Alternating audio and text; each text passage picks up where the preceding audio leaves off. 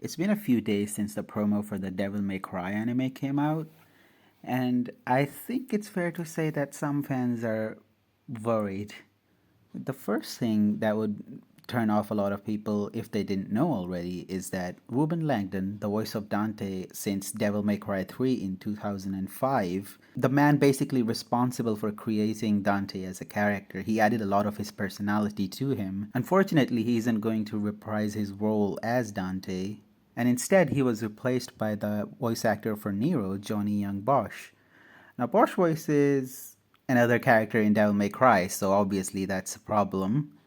But also, I thought he would like do an impression of Langdon, but he's not.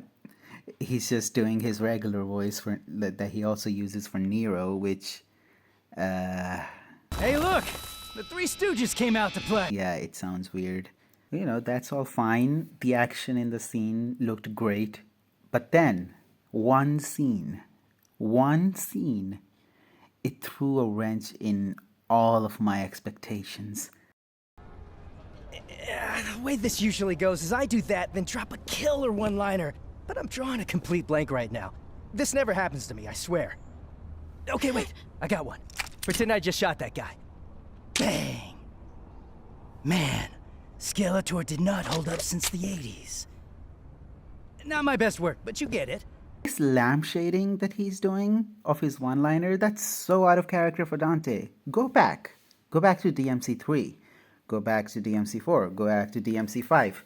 You cannot find a moment, not one, where he was self-aware about it, where he was lampshading his one-liners. He has a one-liner to say, he says it. That's it. He says it straight, 120%. He says it. He's not gonna stop and say like, "Oh wait, I don't have a one-liner. Oh yeah, I'm totally supposed to." This millennial thing. That's the wrong lesson that people take from Joss Whedon's Buffy the Vampire Slayer, where they have a lot of quips and sometimes they're very self-aware about it. But then, like that's the sort of thing that doesn't fit Dante though. That's a different kind of humor. A lot of people are like, "Oh yeah, he's young Dante. Oh, he's young. He's not experienced yet. He's bad at his job. He's not doing it." Shut up. Eat a rock. Like the intro scene for Dante in DMC3. He's saying his lines, right? The lines are very cheesy. They're very silly. I don't think they're cringe, but they are very silly. But yet he says them, and that's what makes Dante so cool, right? This party's getting crazy. Let's rock.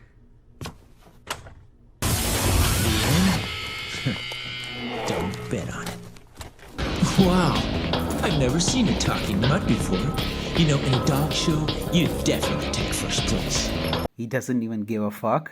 He's just 120% himself all the time, and he's just having so much fun. And he grows past that a little bit, sure, but even in DMC 4 and 5, when he gets a little bit serious, even in DMC 1, he says some really cheesy stuff, and it's awesome. Block off, Featherface, or you can stick around and find out the hard way. Looks like your master's got you on a pretty short leash. Come on, little puppy. I'll take you out for a walk. Come on, let's go. Because he says it straight, he plays it straight. So the whole argument of, oh, he's young, doesn't quite cut it. It's not part of his character, even if he's young. It's just trying to make a joke. And then people are like, oh, do you have a problem? Or he's just making a joke. Why are you mad that he's making a joke? No one's mad that he's making a joke. That's silly. That's stupid. Everyone knows Dante's silly. It's just that not every type of joke would fit with every type of character. Deadpool's humor would not fit Spider-Man, for example. So that's the main thing that's got me worried. This is what they use to promote their new show? Really? And even then, and if you wanted to do something like this where you want to show that Dante is inexperienced at like his one-liner thing, just have the action scene. He comes in, the camera pans up, whoosh, and then he's just standing there quietly, and then he's like, yeah, I got nothing. That's it. Move on. He couldn't think of a line. That's it. That works. I think that would be more in character for him. So I'm going to go into the show being cautiously optimistic. I don't want it to be bad. The action looks nice. I think the art style also looks nice.